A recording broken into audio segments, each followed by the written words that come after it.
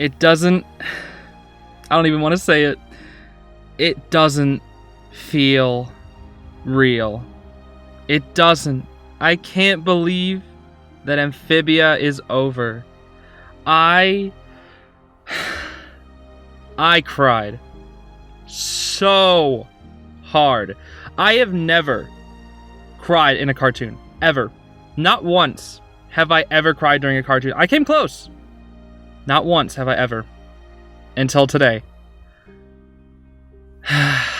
I know there's the stuff that I want to talk about, but I need to... This is going to be the hardest one to... This is the hardest thing! It is the hardest thing in more ways than one.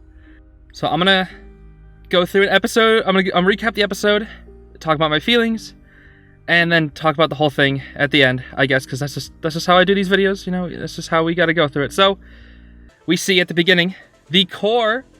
we figured out how the core got up to the moon. Pretty simple. Literally just rockets. You know, it was hiding in the room, and it flew up using these little rockets all the way up to the moon, and immediately was just like, boop, I'm in the moon now, and down we come. And it is revealed that the moon was, like, the core's plaything, according to Andrias, where it, like, stashed away its creatures and playthings and test subjects. And it is the core's goal to eradicate all life as we know it, as Andrias puts it.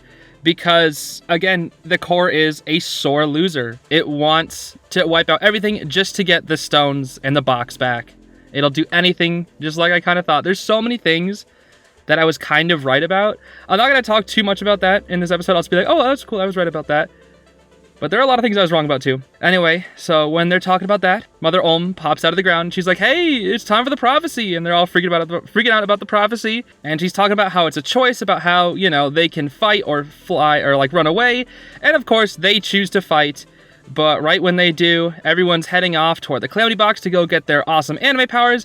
And then Mother Olm stops Anne. And then this is where, you know, this is where I kind of figured it was going to start taking this direction where she's like, hey, the power comes at a price. If it's not enough with just the three of you, you can use all three of the stone's power, but it comes at your life.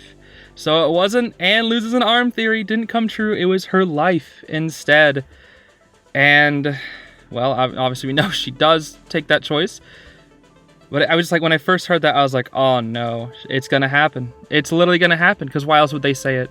Mother Olm tells Anne that all you have to do to gain the power is simply to ask. That's all you have to do. So they make their way toward the throne room, and Valerina, or however you pronounce her name, is there. And she's like, okay, start thinking about your greatest memories of Amphibia. It's time for you to be reconnected to the stones.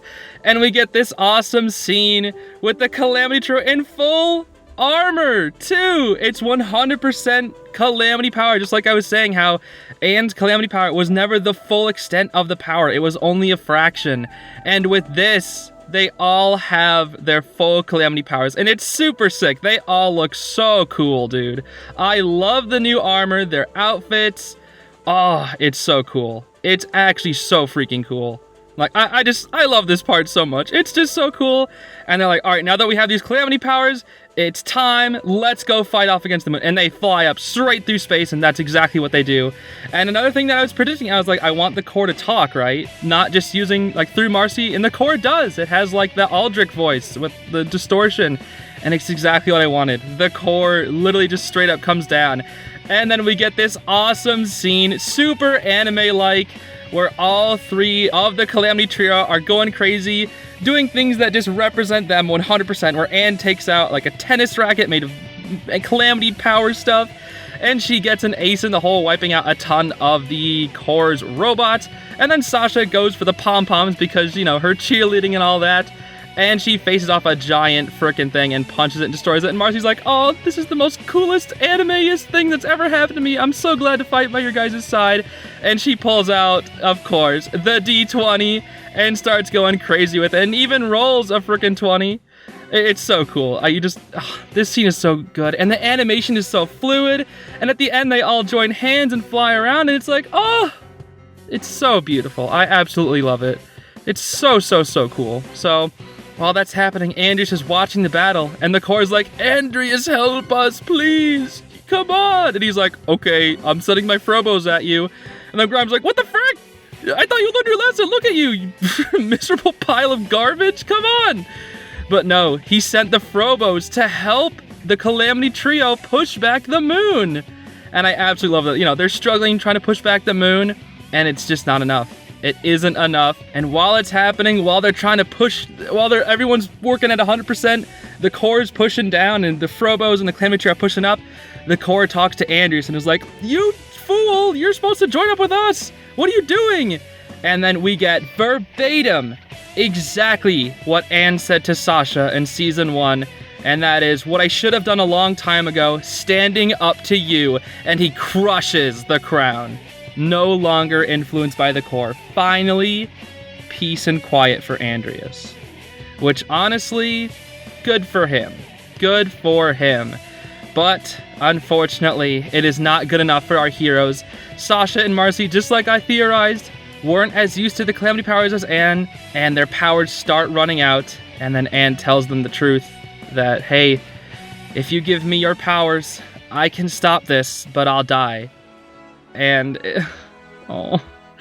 they're just like, no, we don't want that to happen to you, no matter what. But then Anne's like, hey, I've been following you two my whole life. I put my trust in you. Now you do the same to me. Just this once, please. And they do. And that's when we get the infamous, "You better come back alive," Boon Choi line. And we get a nice little hug with the Calamity trio. And then Anne sends them back down. And that's where we get the shot that I thought was a barrier, so I was completely wrong in the barrier thing. But Anne's facing off against the core alone. And when she asks the stones for help, we see the energy of all 3 colors coming from Anne. So I was right in this shot here, thinking that this spark was Anne.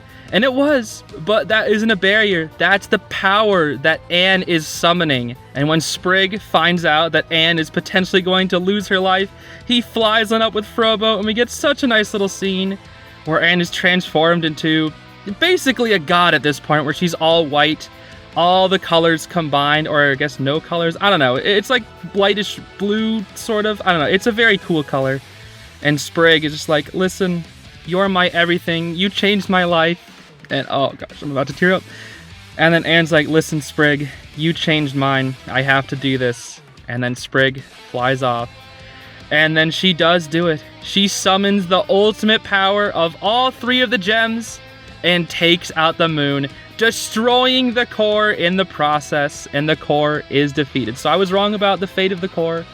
I thought the core would just wander in space forever, but no. It is completely, utterly destroyed, along with the moon. I hope that doesn't affect their gravity.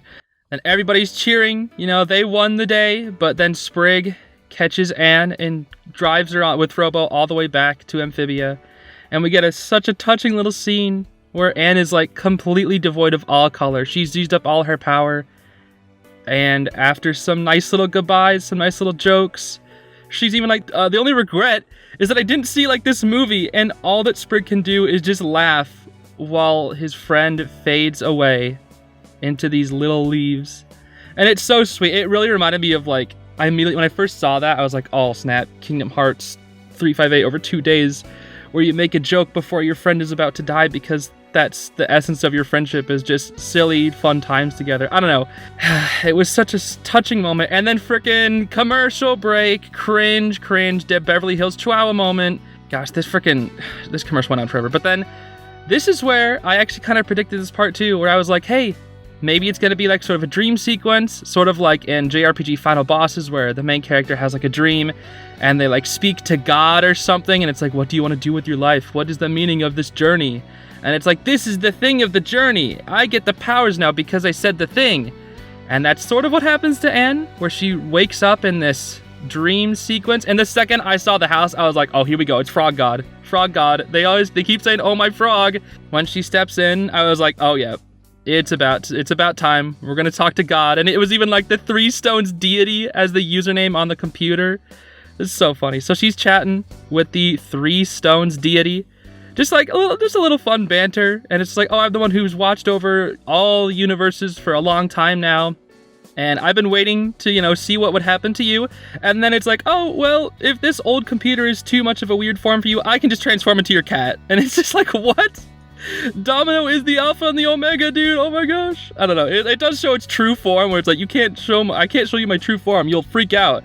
And Anne's like, no, I'll be fine. And then it just goes, it's like, oh, here's my true form. And she just freaking screams. It's pretty funny. But anyway, it talks to her in the domino cat form. And Anne's like, did I die? And it's like, yes, well, no, the funny meme. Except Anne she did die. The reason why she's still alive is because the Three Stones deity created a copy of Anne right before she died. Or like right before she used the powers, I forget. Either way, it created a copy of Anne right before the ending. And then Anne's like, that's gonna give me some existential dread later in life. And I'm like, yeah! The original Anne Boonchoy is dead. I mean, I'm sure it's a 100% regular copy, so it's not like it really matters, but it's like, that Anne died. She straight up is dead. Like, she actually sacrificed herself and is dead. I see that. I relate to the existential dread. If I was a copy, if like a previous version of myself died, I'd be freaking out. Jeez. Anyway, so this being is like, hey, for all these years, for all this power that's always been in mortal hands, you're the only one who's ever used it for good. So because of that, I've been doing this job forever, looking over all the universes.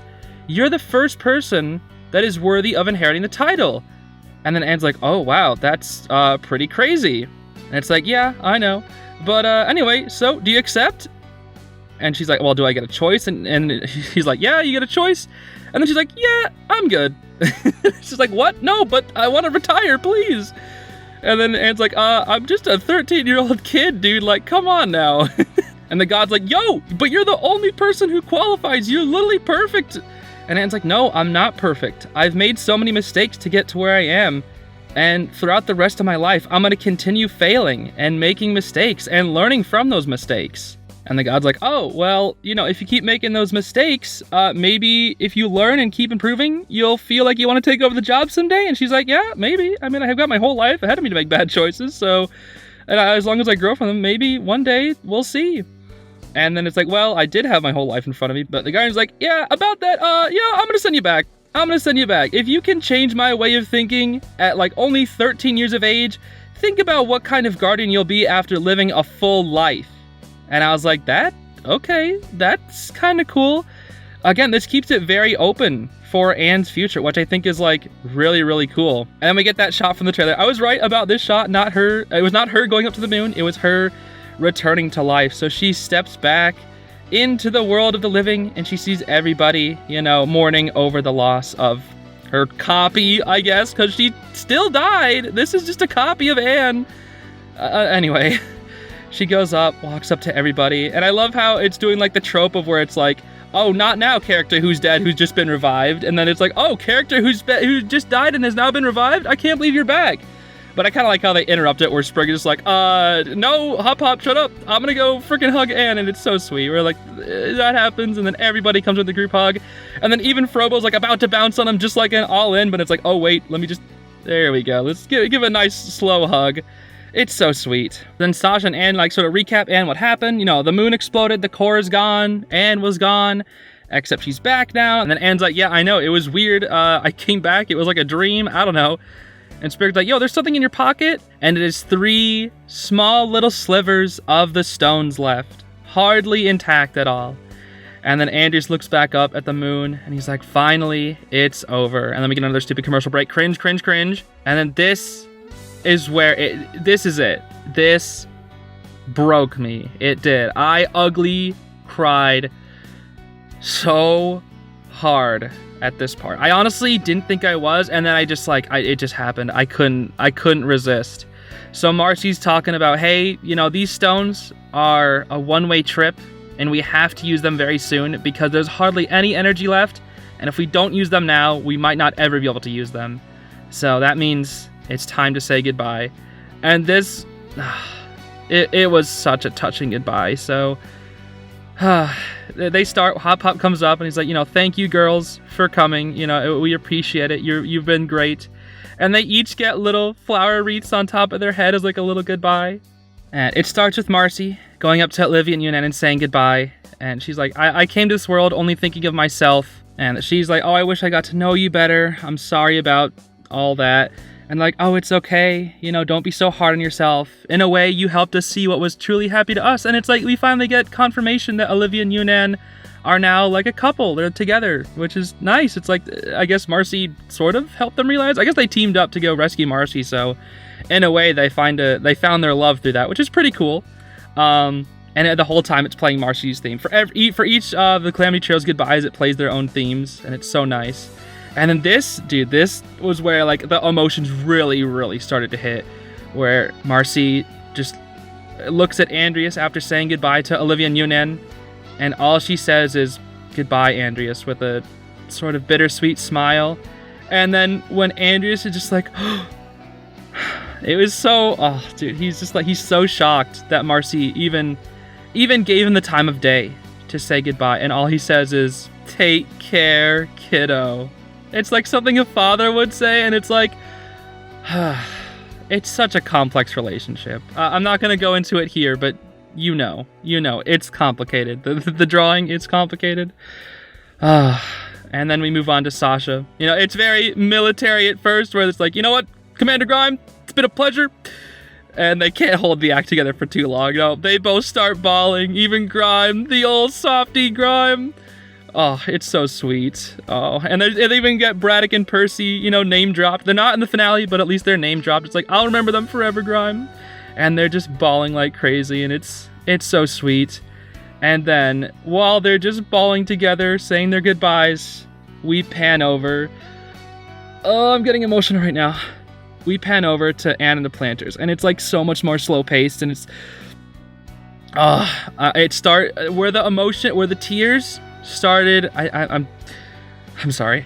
When the tears started coming, I was very emotional once I saw Marcy like walking up to Olivia and Yunan. But there's like a few seconds of silence where she just stares at the Planters before saying anything, and then she starts by saying her goodbyes to Polly, and she puts her hand on Polly, and Polly just looks so small, and she's like, "You're the little sister I never knew I needed." Oh, it's so sweet. This is when the tears started swelling up. And then she gives a nice hug, and I swear, it was right here. My first tear dropped. It was right here. And she's talking to Hot Pop, where she's like, I'm so happy to be able to call myself a planter. And Hot Pop's just like, "Anne, listen, I'm the lucky one. I'm so blessed to have a granddaughter like you." And that, I can't even say it. I can't. I'm actually tearing up again. Sorry. I can't. I actually can't. I can't. I literally can't even say it. This is so cringe. I'm gonna look back on this and be so cringe, but I can't stop. I can't.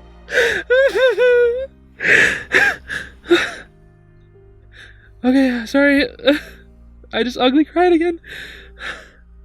I literally can't. I can't even say it.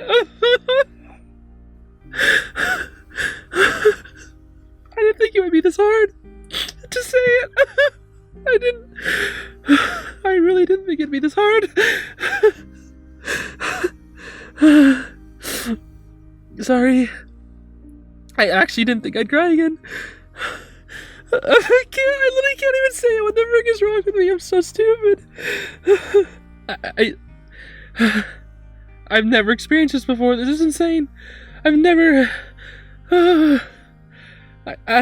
sorry, this is so dumb. Breathe. Use the cello strategy. Okay. She moves on to Sprig. I can't say it. It's so hard. Why can't I say it?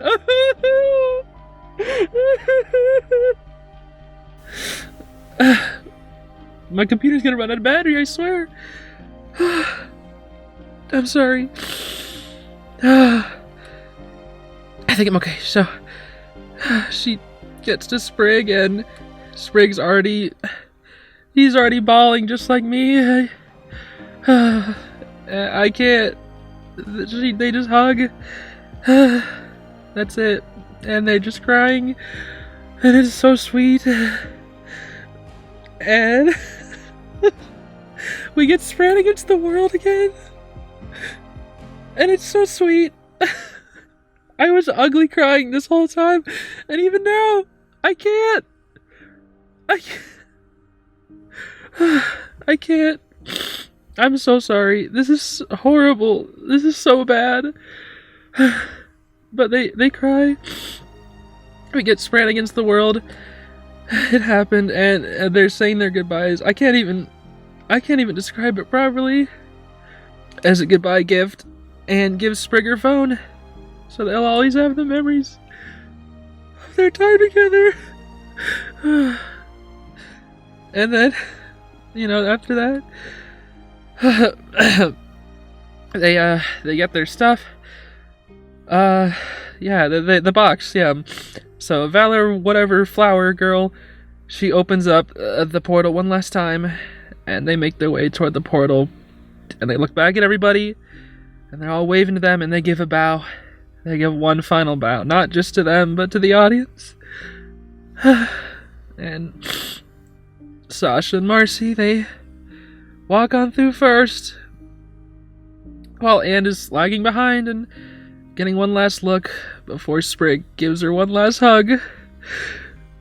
I'm barely holding it together. I can't. They have one last hug, and it does this amazing panning shot. It's so beautiful. And without any more words, she walks to the portal. And that's it. And they never see each other again. I'm so sorry. And the Calamity box, after its final use, disappears. So the box is destroyed. No one can ever use it again, for evil, for good, for anything. It's gone. And they're like, well, what happens next? And it's rebuilding the world of Amphibia. Polly gets her first hair. It's really sweet. And we get like a little shot where it's like all the Frobo building things, and it pans to the grass, and we see that Andrias is using his power for good, where all the little Frobos are now being used to help rebuild the earth. And he's got Barrel's Warhammer, and he's got the Marcy thing. It looks like he's got one of some leaves that Anne had, maybe. He's got the thing that Marcy gave him, and Barrel's Warhammer. And I think like his eyes change color or whatever. I don't know, it's a little weird. We get the Domino flying around, Domino 2. And this is the time skip. I don't know exactly when this is. It seems like it's maybe a couple years. This one, not the Earth one, the Amphibia one. But we see Wally coming out of Stumpy's, and he's having a great time. And he's talking about how, it's time for the ceremony or whatever. They're setting up a thing. And we get to see Polly. She's a normal frog. She's like what Sprig used to be, basically. It's like a Sprig age Polly, or maybe even a little bit older. Which kind of caught me off guard. And Mrs. Croaker and Hot Pop are still alive, which is cool. Loggle's back to normal. He cheated a day, and then he probably, kept going with it. He's no longer buffed. And I gotta say, I love Polly's new design. It really fits her. And, she's walking around the town. Olivia and Yunan come out. It seems like they're married, so that's so sweet. And Grime looks like he's, like a protector of Newtopia. Now he's got, like, a Newtopia sort of outfit on. They ride in on Joe Sparrow. And it seems like Joe Sparrow and Bessie are now, like, in love or, like, friends. I think they're in love, which is, like, it's pretty funny. And Toady comes out, and Toady's the mayor now, and it's like, it shows the Toad. Even, like, all the side characters are changing, and Mayor Toadstool's there. He's like, oh, well, I had a help from Mayor Toadstool, that's how I got to be mayor. And, okay, I think I'm doing a bit better, sorry. And Olivia and Yunan are like, yeah, this could be a good place to settle down. It's quiet, away from everybody. And then Olivia and Yunan does her frickin' I am General Yunan, Scourge of the Sand Wars. That sort of thing. It's pretty funny. And she's like, yep, that's you are. That's you. That's us. And then Polly walks back to the farm. And Hop Pop is actually growing avocados, which is funny. We see frickin' Frobo's still there, decked out in the same armor. Michelangelo looks like he's there too. And little snail birds are there too. So it's like Joe Sparrow's and the snail's kids, I guess. I don't know, they have like a cross between their breeds, and then they have like little snail birds. It's funny. And Silvia's finally back too, so it looks like Silvia and Hot Pop got together. Rip Grime Pop. The memes are dead. And then it's like, oh, Sprig's inside, and we see Sprig jotting down in like a little book There's got a little picture of Anne too. Jotting down in the book a Mossman and I'm guessing all the other adventures that they had together. And Sprig looks so good here. He looks so good. You know, he's like pretty much making a chronological book of like all their adventures. In the back you can even see like the Grubhog and Calamity Anne and just little stuff like that. And Polly's like, hey, the statue, it's time for the statue. And they walk in toward the center of Wartwood, and we get like a little statue of Anne with Tritonio's sword, leaves in her hair, and the Calamity box in her hand. I think it just says, we miss you, girl, on the bottom. It's so sweet. And then Ivy's there too. Her hair's going crazy like always. She tackles Sprig and talks about, hey, there's a new country or a new continent that we can explore that hasn't been touched by anybody. Let's go, Sprig, for an adventure. And he's like, yeah, it's time for adventures. Let's go. And then this is when we get to the airport. I thought this was going to be a scene where it's Marcy's moving away, but no. We don't even get to see it. We know that Marcy did move away, though. It did happen.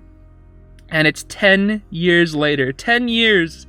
And I knew this is exactly what's going to happen. I knew exactly, like, the relationship of what happened between the trio is almost exactly what I predicted, how the relationship would go.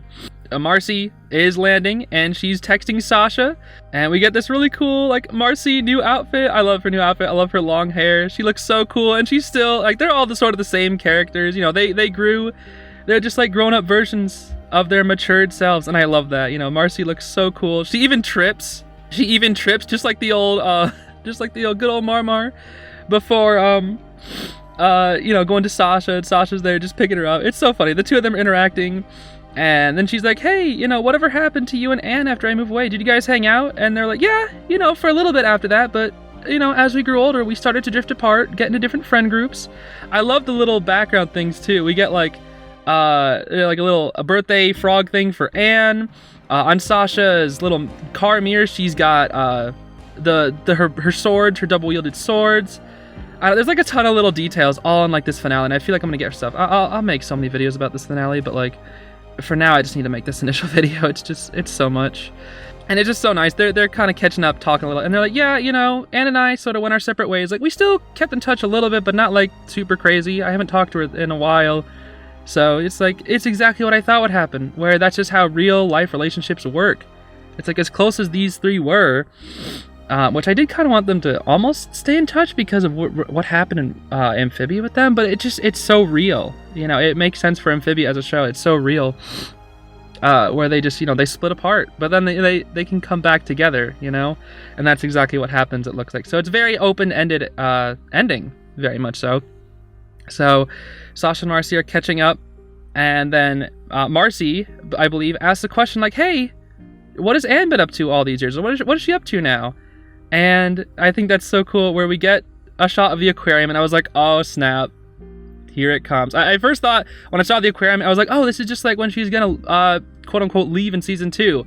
But then I was like, oh, no. She's gonna work in the frog section, right? And boom, that's exactly where she is. And she's talking about, like, the frogs in the exhibit, and she talks about the same type of frog that Sprig is. And all the children are like, wow, that's so cool. What's its name? And she named it Sprig after an old friend. And the second she says that, we get the shot of adult Anne. And you know what? She's perfect. She's almost exactly how I thought she'd be. She honestly kind of reminds me of like Dr. Jan in a way.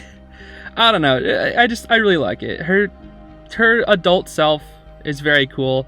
And they're 23, which is like, I don't know if I want to say my age on this platform, but I'm like really close to 23. So it really hits home seeing them all grown up, nearly the exact same age as I am. It's crazy. But anyway, there's the children that love Anne, and Anne seems to really, really like her job.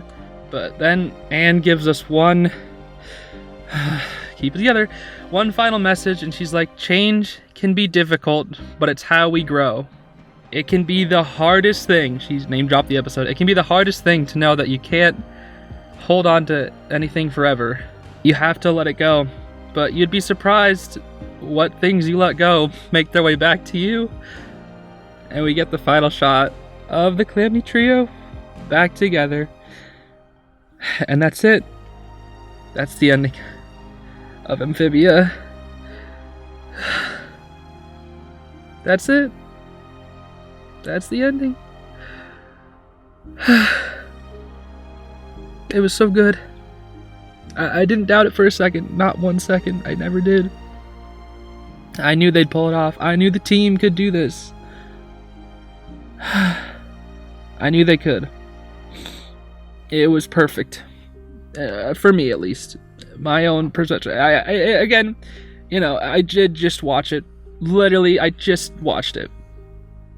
And I'm sure, like, months, years, maybe even a decade, looking back on this show, I'll have different opinions or whatever. But for now, I think it's just perfect. And it just... I was really reminded of when I first... One of the greatest finales I was leading up to. My favorite cartoon show, or I guess just favorite show of all time. It might have been beaten. This might be it. I probably is. But Avatar: Last Airbender, you know, almost everybody's favorite show. You know, I remember sitting in the office, and what was it, like 2011? I don't even know. But I was sitting in the office, you know, with my sisters on this scrawny little baby TV, and I was watching part 1, part 2, part 3, part 4 of the finale of the Sozin's Comet, and that was, I was put right back into that. I didn't cry during Avatar: Last Airbender, but this killed me. As you can tell, I'm a mess. This literally killed me. It broke me so hard. I'm still recovering. And that was it. That is the hardest thing. And, you know, it's exactly... It's such a good message. It really is. You know, letting things go, the growth, the stuff. I can't explain it. I don't even know if any of this makes sense. And I think this is just my initial video. And this is going to reach the most people. So I feel like any follow-up video after this, unless I do like my grand... I plan to do like a super grand review of all 3 seasons of Amphibia down later in the line, but that'll be like a long time from now. But I think this is going to reach the amount of most people, like the most views, but more than any other follow-up video I'll make on this topic. And I don't really know what else to add, because I just can't think. It's just so good. I think it's just perfect to end it off on Anne's final speech. I'm still trying to keep it together. I'm sorry, everybody. Let me know your thoughts. I can't wait to talk to all of you. You know, I opened up a Discord like just a couple days ago. It's been a great time. It's been pretty chaotic, but it's been such a great time getting to connect with all of you, and I can't wait to, you know, gush about this with all of you and see what all of you think. This is gonna be so embarrassing, dude. I'm uploading myself crying on the internet. That's so cringe. That's so cringe. But whatever. Thank you, Amphibia creators, fans. It was amazing. It really was. Thank you.